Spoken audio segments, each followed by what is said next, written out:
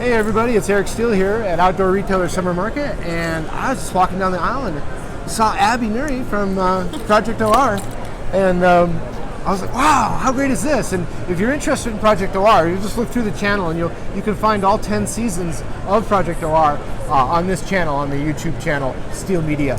But we started talking about, what have each of us been up to and kind of getting caught up, and you started telling me about this company you're working for right now. And, yeah. Well, so instead of taking a bunch of time up about Project OR, which we could do, I'm really interested in hearing about what you're doing something to help women who are suffering from being human trafficked. trafficking. Yeah.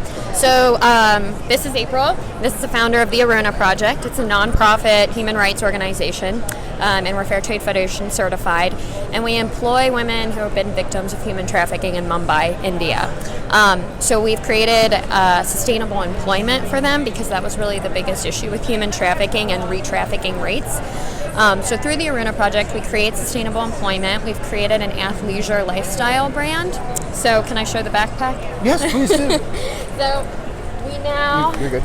we make backpacks similar to this one right here, and they are completely 100% produced by women who are looking for a brighter future and getting one through the Aruna Project. So April, what drove you to this probably took a little bit of work on your end, right? Yes, very much so. So we were actually traveling for work over in India, and we came across what was happening. And so you can't ignore and go directly to the elite 1%. And so we're aware of all the hard stuff that's happening in India. And we asked a number of organizations from mission, vision, values, from when a girl is trafficked to reintegrated and rehabilitated, what the greatest need was and how we could help. And so can we back up and explain that? Because you just covered a lot of ground. Yes. So a lot of organizations are working on the ground inDia to see an end to what's happening. Specifically what's happening, girls are not getting an opportunity to stop being girls, and they wind up being women way too early because of the human trafficking. That's a good way to put it. Yeah. And so, just to put a little bit of context, it's a hard thing to understand too in our context. In a 2 square mile area that we focus on, there's estimated over 15,000 sex slaves who are trapped against their will, forced and that's in a 2 mile radius. That's in a 2 square mile radius. Yeah. And a lot of it is, it's hard for us to understand, but it's a public, it's, stemmed by poverty. Some of them were trafficked from the village side in areas at the age typically around 12 or 13. And so they've been in there for a long time. And then eventually once they're broken and kind of do as you're told workers, they're released to the streets where they have a small mattress. That's really kind of dark. curtain. Once they're broken, it's like you're referring to them as livestock. That's what they're treated like. Yeah. And so what we did is we created a training center right in the red light area because... Put it right in the middle. Yeah, why not, right? And so it's a very relationally driven effort. And so typically there's a lot of corruption in the political system as well as judicial. So, and that corruption, how would that impact you? What are some ways that would make your job more difficult or easier? Mm-hmm. So one of the things that we did is, so we're a nonprofit here in the States, but we're a for-profit in India. And so we've created an actual business so that government we don't get government scrutiny. We pay our taxes. They're seen as a distributor to the U.S. And so they have a profit and they're gaining a profit. And so they don't really care who we're employing, but we're making a difference in India. And so that's why we created it that way, but it's really hard because typically we think, well, why don't you go to the police and why don't the government help these women get out and to have a better way? Right. But typically they're the corrupt ones as well, and so they're getting kickbacks. That question's asked up in Williston, North Dakota too. Mm-hmm. How can this go on in our own country? And it's amazing. It's right under our feet. Mm-hmm. It's like hidden in plain sight, really. Mm-hmm. So back to India. So by putting together a for-profit business and playing along with everybody else on the same terms as everybody else, it gives you a lot of latitude to do it the way you want to do it. Yes. And we give them, and so the training center specifically, we go through different modules and give them different life skills. And so we provide lunch, we provide a lot of counseling as well, because the trauma that they've experienced is tremendous. And so oftentimes they look past themselves and want a better way for their children. And so this is a way of showing that they are actually valuable themselves, and they have something to offer to society. That's awesome. And their people. So you kind of touched on program and curriculum. Could you talk about that a little bit? And is there like a set program that anybody who comes into your business they have to go through? It's all based on their own individual needs. And so everybody's going to come in at different places. We partner with other aftercares as well. So there's other organizations that do a great job with rehabilitation and all of that as well. And so we partner with aftercares that are around India and other locations. So we'll have some that have come from there who have had training and different things like that, or they come directly out of the red light But you don't area. necessarily do a whole lot of rehab internally. That happens outside. But what you're doing is you're providing an income and a stable environment. Right. Yeah, and as far as the rehab, I mean, learning to wake up at a normal time and learning to eat at a consistent time and saving money, all of those things, it takes time to learn as well. So we're helping them just in everyday life get back into society. So this might sound a little callous, but one last question for you, April. Yeah. What about the pimps? Yeah, so that's what we get that question a lot. Right now, it's a lot of the pimps were actually born in the same area. So they themselves were trained to pimp out their own mothers.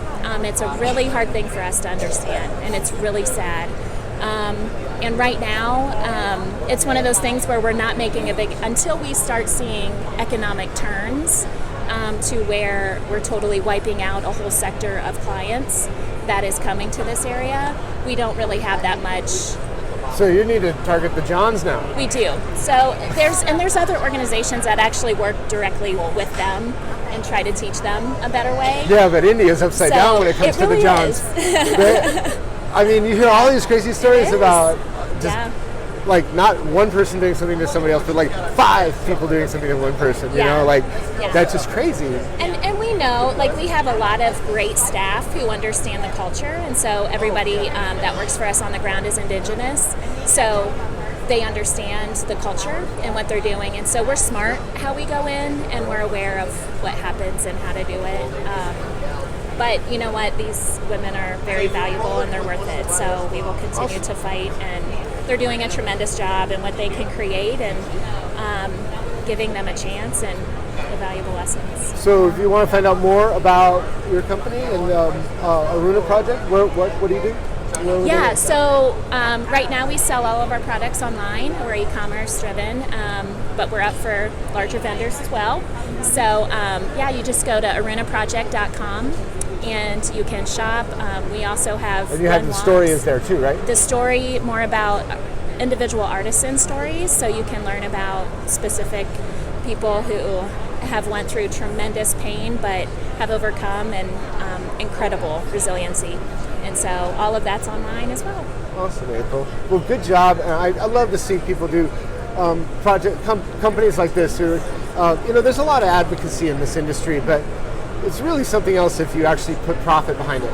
If you can build your business model where you're actually making a profit and you're doing good, that's really positive, I think. And that's one of the things that gets me excited about coming to the show. It's that it's not a zero-sum game. Right. Well, you had something else you wanted to add? You were asking about the rehabilitation for the artisans at the Aruna Project, and I just wanted to mention there's a huge sisterhood there for them. So we have a production unit there, and all of the women, they're like a family, so that community is there, and it's a very, very great healing process for them. Awesome. That's cool. Yeah. Awesome. Well, Abby, it was so cool to see you. Oh my gosh, it was so great being here. And can I say one more thing about the OR? Yeah. Or the OR show. So we come here for sourcing now, and we come here because you can find any sustainable fabric that you're looking for. We're Fair Trade Federation certified, so we know that we have to know where all of our fabrics are coming from. We want to know that it's eco-friendly. And this is a place to do it, and there's so much innovation. and people care about the environment. They care about other people here. It's a great, great community. That's so awesome. we're happy that it's a resource because it's helping this business a whole lot. That's awesome. Yeah. And transparency in your supply chain is really important. Yes. There's this thing called Prop 65 going on. I'm sure you might have heard of this. Maybe not. No. Oh, Prop 65 California is now mandating any of companies that are operating in California that they have to be transparent in their supply chain, so you know Wow. every material that goes into the product you're purchasing. It's As a it should materials be. issue. And so, Yeah. and there are horror stories about products being built with stuff that should not be, Yeah. humans shouldn't be exposed to. Absolutely. And so what's happened now is Prop 65, if you're in California, you're going to have to be compliant with this. I believe is going to create inelastic response to demand, and everybody else is going to have to jump on board too, because once people started having a choice, if the price is the same, and this thing from California, you know for sure it doesn't have any nasties in it, you could give your toddler that blanket, Right. and you're not concerned about any kind of illness or any issue with that. I think it's going to create. I could be totally wrong on this, but I believe that companies that aren't operating in California will have to pay attention to this as well, because now there's a player in the market or a state that has raised its game by raising the bar by this Kaizen. Yes. You know about Kaizen, right? I do. Yeah. But tell. Oh, so Kaizen is make sure I do this right. It's the idea that it's best practice, and it's always evolving what best practice is. Right. So that's awesome. All right. Well, thank you, ladies. Is that good? Yeah. And if you want to find out anything else, just go to arunaproject.com. Thank you. Thanks. Eric, that was great. Yeah. That's fun. Let me turn this off.